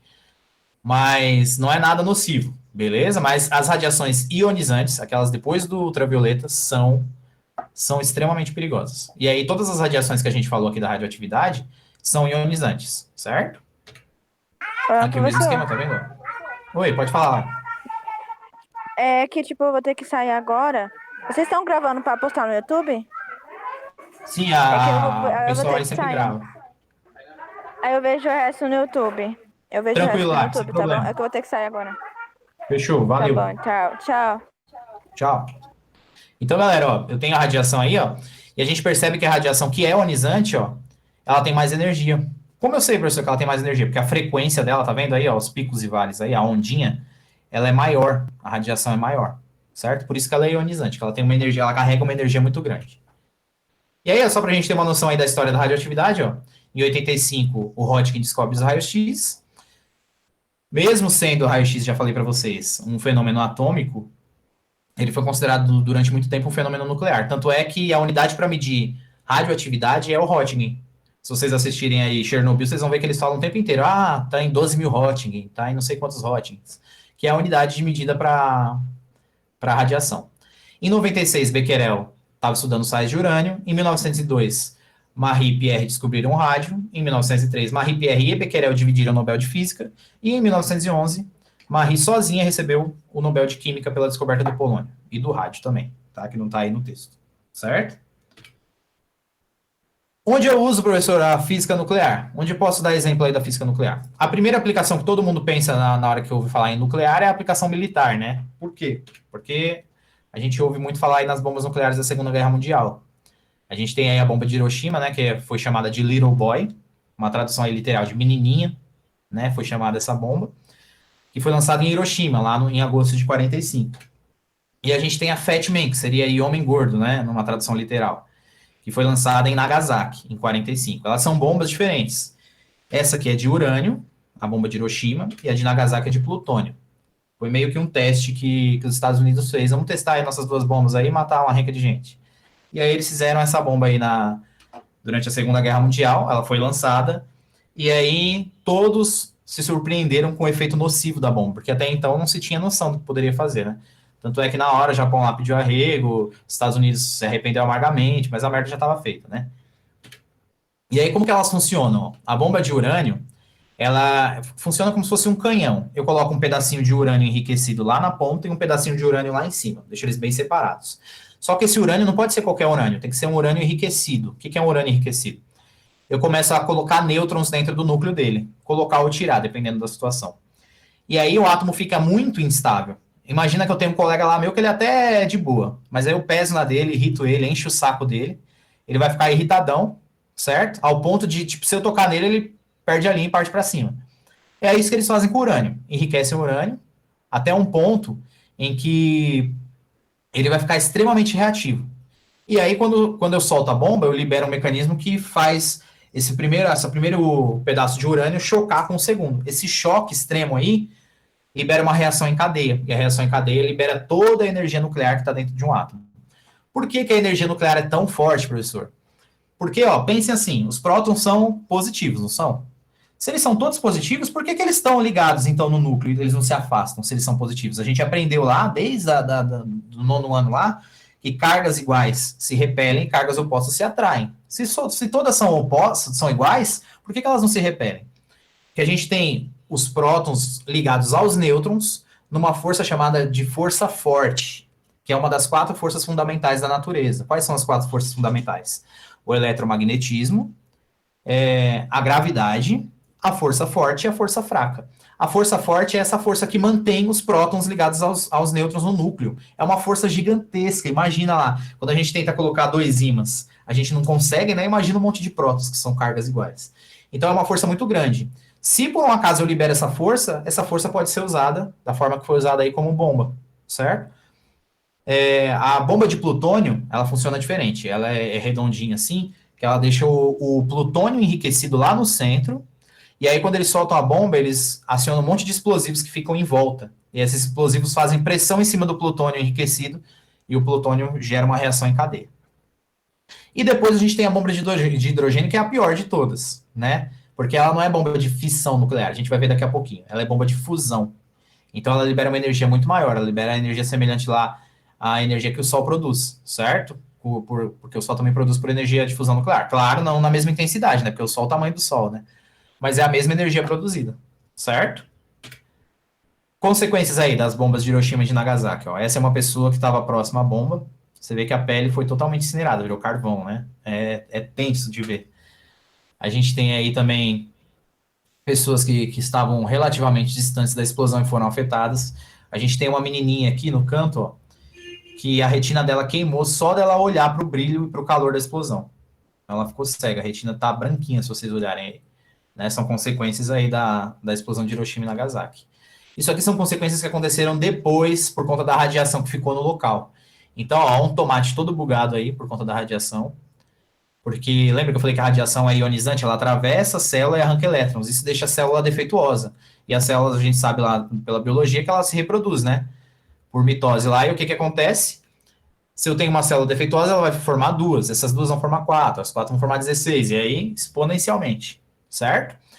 E aí, ó, crianças nasceram com defeitos congênitos aí, com a cabeça em tamanho maior, às vezes faltando membro, com membros a mais, membros mais desenvolvidos, duas arcadas dentárias, né? Foram várias situações que aconteceram aí por conta da radiação, aos que sobreviveram. Os animais também sofreram aí por conta disso, ó. Tem os animais aí com 4 patas, com um olho só, que a cor é diferente, que não formou as asas de maneira correta, né? E todas as situações são por conta da radiação. E aí, galera, ó, a radiação não é de todo mal. Existe um reator nuclear que é utilizado para produzir energia. E, pasmem vocês, é considerada a energia mais limpa dentre as energias para produção de energia elétrica. Ela é a energia mais limpa de reator nuclear. Como que é feito um reator nuclear? Eles colocam lá um elemento enriquecido, certo? Esse elemento, por estar enriquecido, vai liberar radiação. A radiação aquece, né, o envolto aí do reator nuclear. Para ele não explodir, a gente joga água. A água resfria o reator, só que a água resfria e vira vapor. Aí o vapor ele passa por um cano que gira uma bobina. Esse vapor que gira a bobina, através da conversão de energia cinética, a gente produz energia elétrica. Então, ela é uma das energias mais limpas. Qual é o problema? Se esse reator explodir, já era, gente. Já era que o bagulho fica louco. Vocês vão ver em alguns exemplos aí. Situações extremamente complicadas por conta de explosão de reatores. Então, tem que ser algo muito bem feito, muito bem planejado, com diversas medidas de segurança. Se vocês olharem aí, ó, tá vendo? Ó? O reator esquenta pra caramba lá por conta da emissão de radiação, a gente passa água por ele, a água resfria, só que ela absorve essa energia térmica e ela muda de estado físico, do líquido para o gasoso. O gás passa por um cano que gira uma turbina, a turbina produz energia elétrica através da conversão de energia cinética, e aí ela passa para um gerador, o gerador passa para um distribuidor, que aí chega nas casas, certo? Aqui no Brasil, como a gente tem muitos e muitos rios, é mais comum a gente ver hidrelétrica, certo? Mas lá no Rio de Janeiro a gente tem 2 usinas, usinas de Angra lá, que produzem energia nuclear. Aqui o mesmo esquema, tá vendo? Ó, aí embaixo a gente consegue ver, ó, o reator nuclear lá no núcleo, com várias barras lá de elementos radioativos enriquecidos. Eles esquentam muito, a gente coloca a água absorve essa energia, vira vapor e mexe a turbina. E aí, galera, ó, para a gente entender um pouquinho a diferença das reações, a gente tem os 2 principais tipos aí, que é o de fissão nuclear e fusão nuclear. Pela palavra, galera, a gente consegue entender, ó, fissão significa quebrar, dividir. Então, fissão nuclear, eu estou dividindo um núcleo. Eu pego um núcleo lá muito pesadão, pesadão ISA, urânio 235, divido ele, e aí eu formo 2 átomos menores, certo? Porque eu dividi o núcleo, é uma fissão nuclear. Isso acontece, ó, quando eu jogo um nêutron num núcleo que já não está muito bem, um núcleo que é fácil de quebrar. E aí ele recebe um nêutron, isso desestabiliza totalmente o núcleo do átomo, e o núcleo do átomo não vê outra alternativa do que reduzir esse monte aí de partículas para 2 átomos mais estáveis. E aí ele forma 2 átomos, mas quando ele forma 2 átomos, ele libera a energia que estava ligando o núcleo, que é a energia nuclear.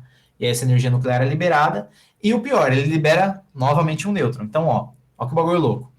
O nêutron acerta um átomo que fissiona e libera mais um nêutron. Esse nêutron vai acertar um outro átomo que libera outro nêutron. Esse nêutron acerta um outro átomo que libera outro nêutron.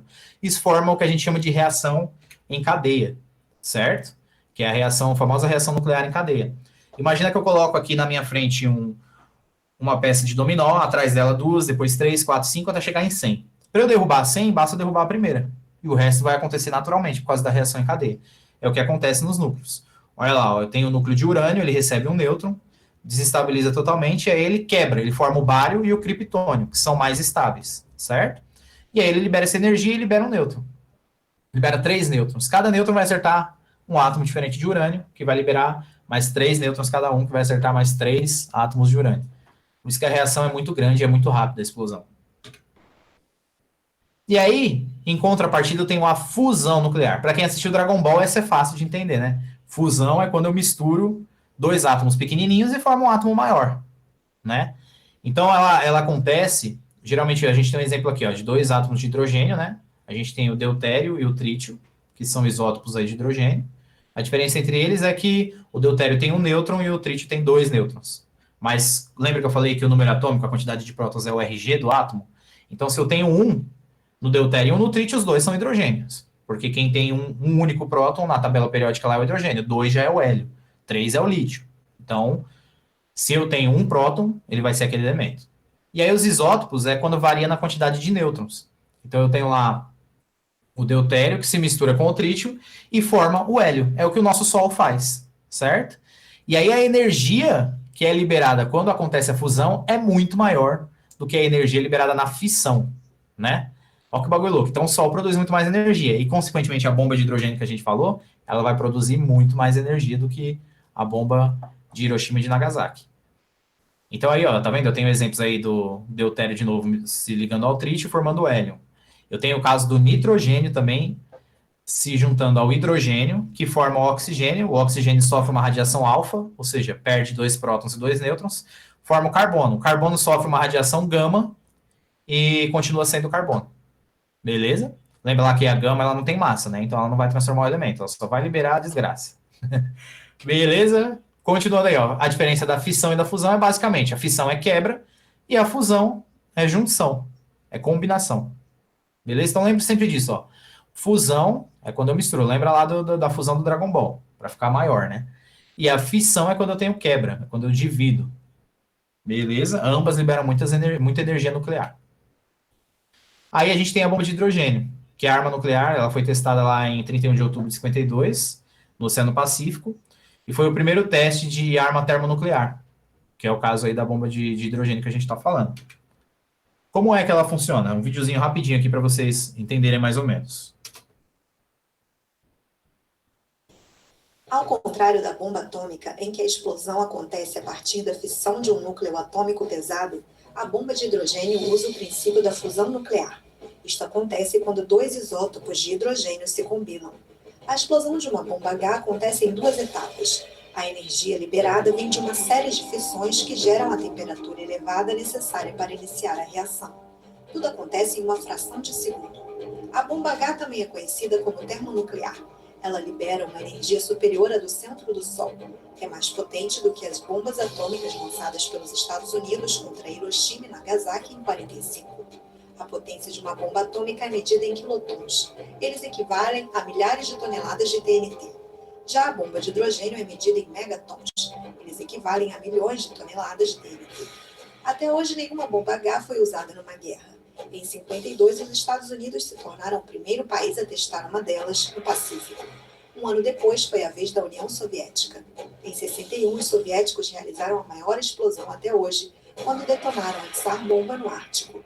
Eles foram seguidos por Reino Unido, China e França. Tensa, né, velho? Mano, torce pra não ter uma guerra mundial, porque senão o bagulho vai ficar louco. E aí, galera, a gente tem os acidentes nucleares, certo? Os famosinhos aí. A gente tem o de 79, que é o do Three Mile Island, que foi lá nos Estados Unidos. Ele é classificado como nível 5, tá? De periculosidade e de radiação. A gente tem o de Fukushima, no Japão, que aconteceu em 2011. Ele também foi classificado no 5, certo? Só que lá, por conta de a gente já ter uma experiência, né, conseguiram evacuar a cidade rápido. Mas foi liberada a radiação, sim, em níveis alarmantes. A gente tem o caso aqui de Goiânia, no Brasil, que esse caso é famosinho, que é o caso do césio, né? O césio, o isótopo do césio lá que foi liberado, ele foi encontrado numa máquina de raio-x. Um cara no ferro velho achou a máquina de raio-x, abriu a máquina, ele não sabia do que se tratava, né? E ele encontrou lá dentro um sal de plutônio. O sal de plutônio, ele brilha naquela cor azul que eu falei para vocês, bonita. Então ele achou o bagulho top, né? Falou, ó, que da hora, brilha. Saiu distribuindo pros vizinhos, deu pra filha. A filha brincou, ingeriu uma quantidade. E aí, uma semana depois, a primeira vítima foi a filha dele, certo? E várias pessoas morreram e mais de 100 mil pessoas foram contaminadas. Várias pessoas mudaram da região de Goiânia. Foi um caso que ganhou uma repercussão muito grande. E a gente tem o caso mais famoso aí, que é o de Chernobyl, né, da Ucrânia, que foi uma usina, ela é classificada nível 7, galera, pra vocês terem uma noção de como o bagulho é louco. Classificada nível 7 em exposição de radiação. É o pior caso de radiação do mundo, de exposição de radiação do mundo. Por falhas humanas lá e por uma falha de projeção lá do núcleo, o núcleo explodiu, jogou um monte de grafite para longe e a radiação ficou exposta, o céu brilhou, porque lembra que eu falei para vocês que a radiação eletrifica o ar, né? Ela é ionizante, arranca elétrons do próprio ar, e isso causa um efeito de brilho. Ela liberou a radiação junto com a fumaça, né? As partículas de radiação e as partículas de elemento radioativo foram espalhadas pela cidade toda. Até hoje é impossível de ir lá, porque os níveis de radiação ainda são muito altos, certo? A cidade está totalmente abandonada. E nunca se sabe e não se sabe ainda o número exato de mortes, porque na época a União Soviética não deixou liberar o número real. Eles quiseram, tipo, diminuir a magnitude do acidente para que eles não ficassem sendo mal vistos, né? Mas foi um acidente tenso.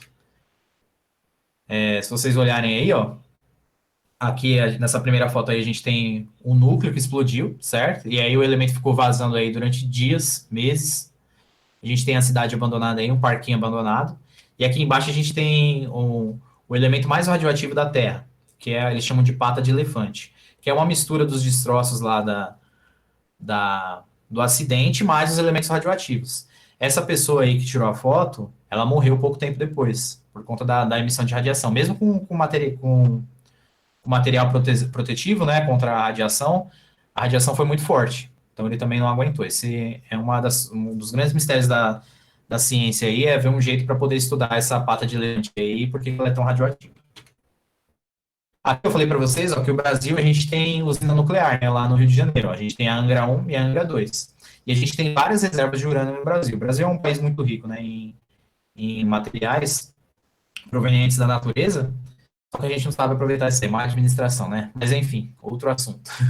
A gente tem reserva aí, ó, reserva de Itatiaia, de Espinheiras, de Caetité, de quadrilátero ferrífero, de Caldas, de Figueira, de Amorinópolis e só. São as reservas brasileiras de urânio, certo?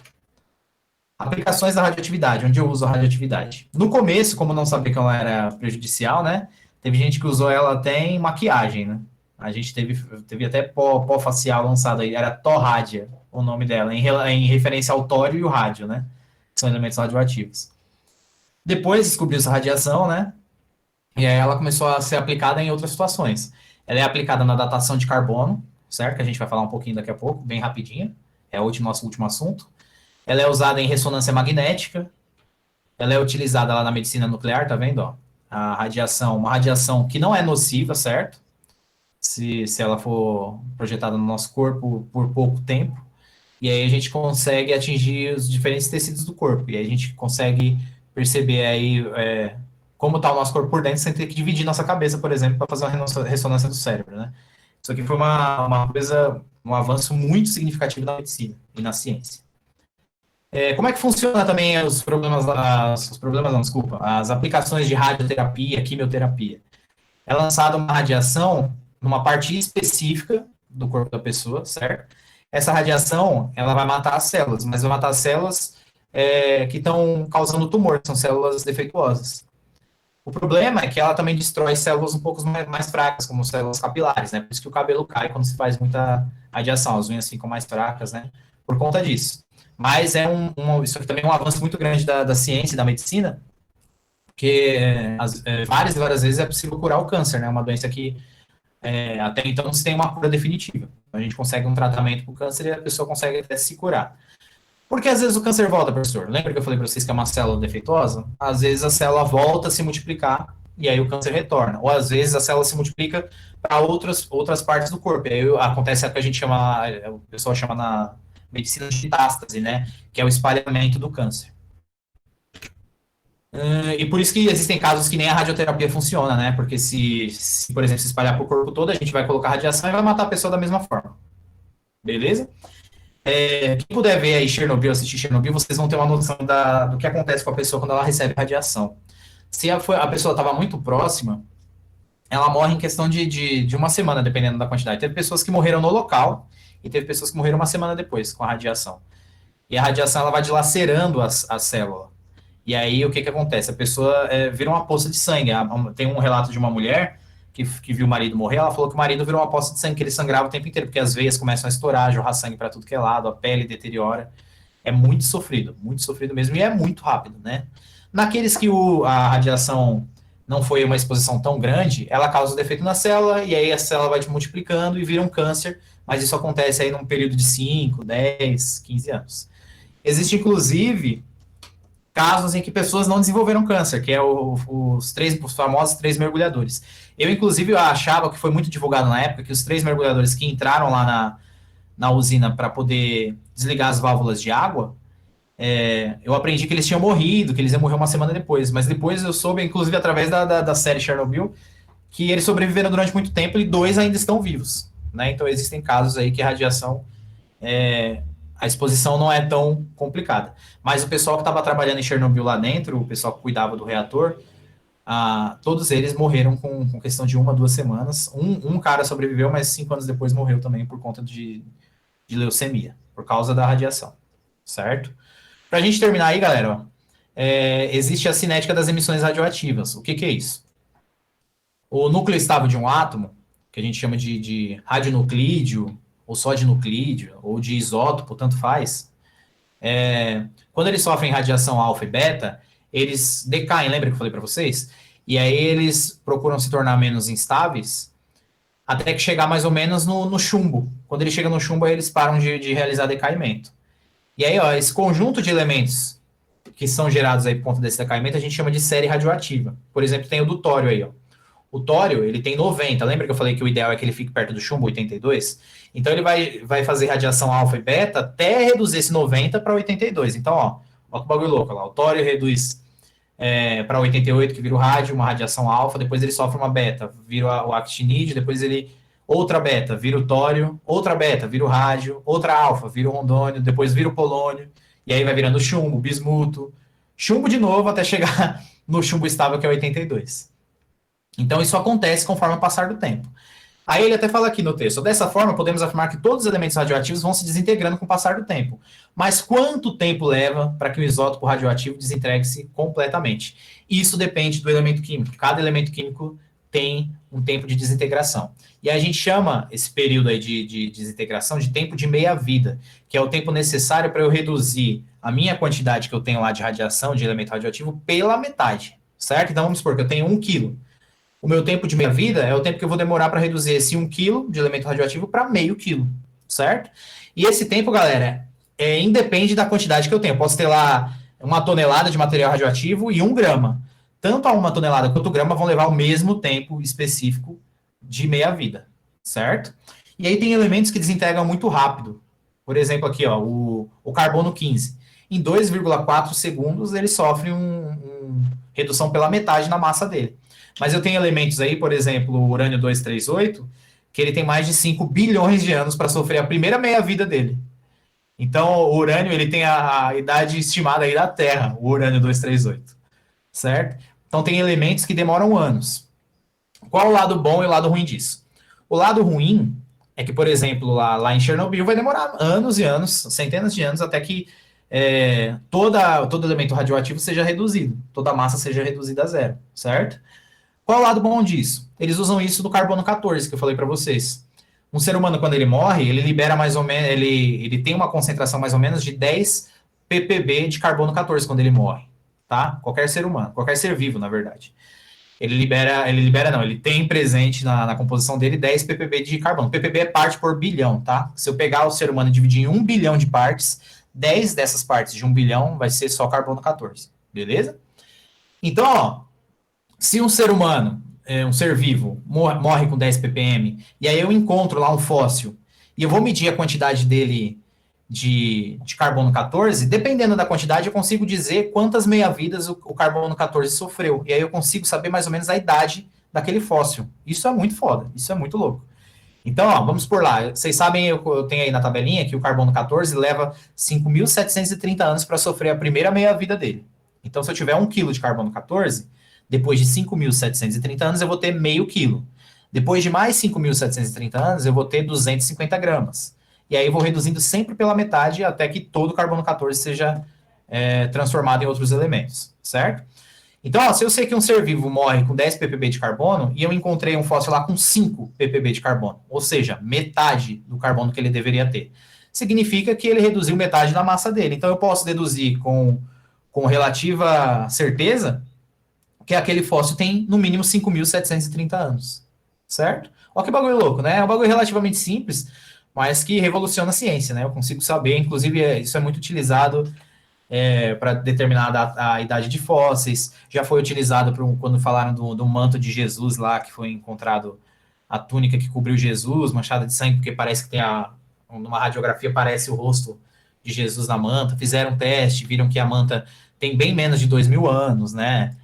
Então descobriram aí que não era realmente verdadeira. Tem vários casos que é utilizada a datação de carbono. Para casos extremos, gente, aí vai ficando um pouquinho difícil, que nem essa última imagem aí, relógio do tempo. Eu tenho a porcentagem de carbono e aproximadamente quantos anos deve ter aquele fóssil que foi encontrado. Então, se, por exemplo, eu encontrar 50% de carbono 14, como eu disse para vocês, significa que ele sofreu o tempo de meia vida dele exato. Então, ele vai ter 5.730 anos. Se eu encontrar 25% de carbono, ou seja, metade da metade, então eu vou ter o dobro, 11.460 anos. E aí eu vou colocando lá, inclusive, ó, quando vai chegando aí, 0,19% de carbono 14, eu vou saber que ele tem 5.570 anos. Certo? Então, é muito bom, nesse aspecto é muito bom. Agora, no lado lá da emissão emissão radioativa é muito ruim. Beleza, galera? Tranquilo? Alguma dúvida aí? Ou não? De boa?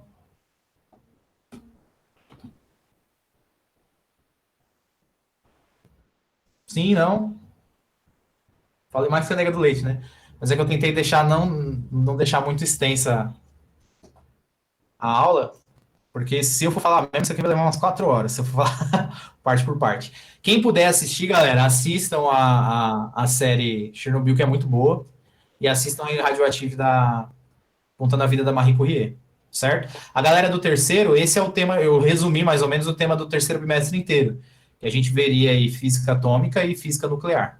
Aí lá no quarto bimestre a gente vai ver um pouquinho um pouquinho mais de física moderna, né? Vai estudar um pouquinho de cosmologia e de tecnologia, certo? Então, isso é basicamente aí o tema. Tranquilo, galera? De boa? Deixa eu minimizar aqui. Diegão. Diegão.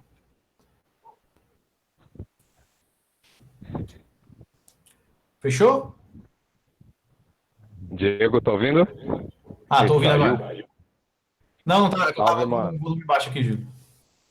Mano, top a aula, show de bola. E impressionante como muitas das coisas que você foi citando aí, elas são diretamente ligadas à história, né? Muito, Júlio.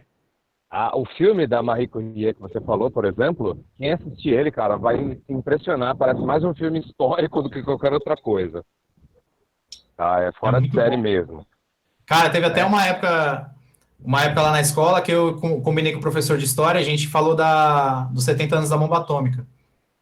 E aí a gente abordou esse tema da visão física e da visão histórica, porque é totalmente relacionado, né, velho? Não tem como. Sim, o próprio desenvolvimento da tecnologia nuclear está ligada diretamente à Guerra Fria, né, cara? Exatamente. Então é muito importante a gente perceber o que está acontecendo. Você vê, nesse momento que a gente está vivendo, por exemplo, existe uma pesquisa aprofundada, de novo, em relação aos elementos, por conta da disputa entre Estados Unidos e China. Porque a China começou com a modernização de muitos equipamentos, a fazer novos desenvolvimentos, entendeu? É muito louco, né, cara? Os cientistas dizem, né? Afirmam que a guerra, querendo ou não, contribui demais para a ciência. Tem o seu lado positivo. Não, sem dúvida. A necessidade de você vencer ou de você se defender faz com que os caras corram atrás mesmo e desenvolvam. E é aí que as coisas vão. O problema é que nem tudo pro bem, né? Não tem Né? como. Pois é. E é legal também esse tema, Júlio, principalmente da física atômica lá, que dá para também relacionar a filosofia aí. Você viu lá o comecinho da aula, não sei se você viu, que fala sobre os filósofos e o questionamento da origem da matéria, mano. É muito Sim. mais filósofo do que uma análise física. E muito louco é a gente pensar que o embasamento dele científico era mínimo, né, cara? Mínimo, Mesmo cara, assim, mínimo. e mesmo assim os caras conseguiram relacionar coisas muito interessantes. É muito legal. Quando você citou agora aí no final, por exemplo, o Santo Sudário, houve um Isso, Santo Sudário, questionamento. exatamente. Isso. Eu coloquei aí no chat. Houve um questionamento gigantesco por parte da Igreja Católica, porque um dos pontos, né, de afirmação da religião era o Santo Sudário, né, o pano que envolveu Jesus morto. E ele caiu? Não, tô te ouvindo. Ah, tá. E a partir do momento que a ciência atestou que não se tratava de um tecido verdadeiro daquela época e tal, isso causou um rebuliço, né, cara, historicamente falando. Cara, porque é incontestável, né, velho? É muito precisa a datação de carbono. Inclusive, até tem gente que ainda alega, né, que o Santo Sudário foi reformado e a parte que foi analisada foi de um tecido mais recente, mas eles também não liberam mais para análise de datação de carbono, né, do Santo Sudário. Ah, lógico. Né? Bom, é só a gente pensar que a biblioteca do Vaticano, ela não é aberta, exatamente porque eles não querem que todas as informações se tornem públicas, né? Né? Eu Não queria tem muito como. saber sobre o Conselho de Constantinopla lá, o que foi decidido, Pois que é. ia ficar na Bíblia e o que não ia. Exato, seria interessantíssimo. Nicéia, que foi o seguinte, Aham. mas isso daí jamais vai ser aberto, né, cara? Porque, Nunca, sei cara. lá, o Francisco é meio doido, né? A gente não espera que, de repente, Verdade. depois dele falar do prazer sexual, a gente espera muita coisa dele, né? Eu gosto dele, cara. Não, eu gosto muito dele, porque eu acho que ele é ser humano, entendeu? Exatamente, velho. Isso é muito legal. Um padre Mas dizer que a história de Adão e Eva não é literal, isso é. Tanto é que não, ele não é já um tem um monte de padre. briga. E não é um padre, é o padre, né, cara? O padre não. Caraca, velho, como é o nome? O Papa. O Papa, obrigado. Exatamente, pensa, é uma loucura isso. Mano, é doideira, velho. Mas isso é muito legal mesmo. Fechou Muito então, legal. mano. Diegão, parabéns aí, mano.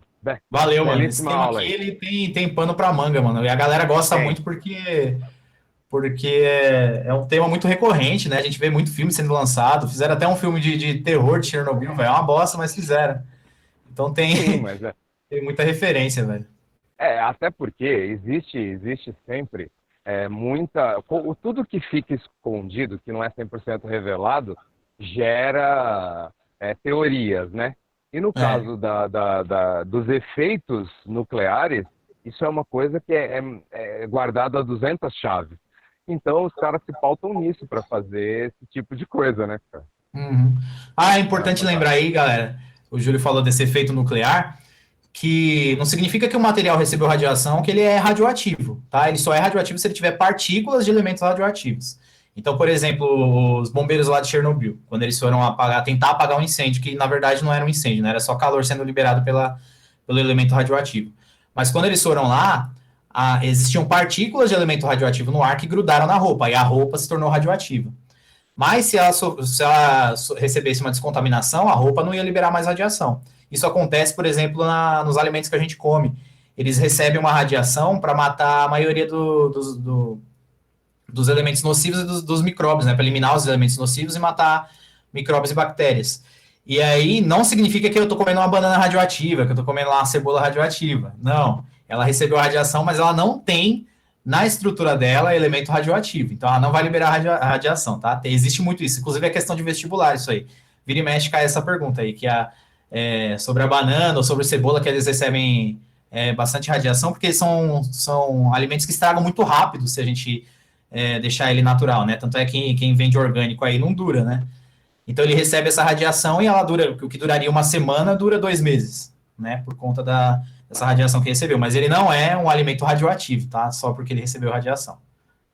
É igual o pessoal também acha que, alguém que adquiriu câncer por estar exposto à radiação, eu não posso chegar perto dela que ela vai me passar radiação. Não, não é assim que funciona, certo? Ela está descontaminada, ela está com as células defeituosas porque sofreu radiação. Mas não significa que ela vai passar radiação para mim e eu vou morrer estando perto dela. Beleza? Fechou, galera? Alguma dúvida aí?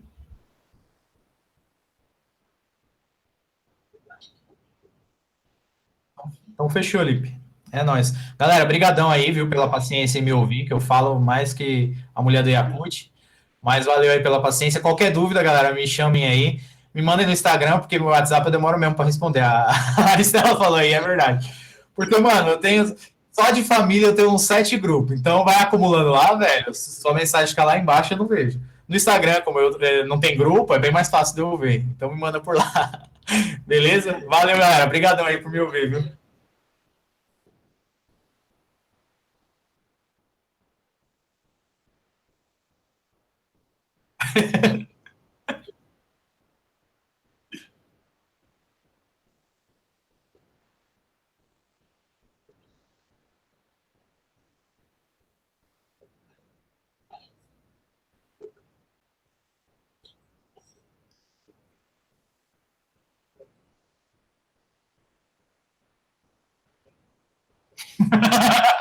Quem dera. Valeu, Lipe. Depois eu te mando o arquivo, aí lá tem umas questões de vestibulares. Eu só não discuti aqui porque ia demorar demais, né? Mas aí eu te mando e se você quiser encaminhar pra galera aí. Beleza, Lipe? Demorou então. Valeu, mano. É nóis. Boa noite aí pra você.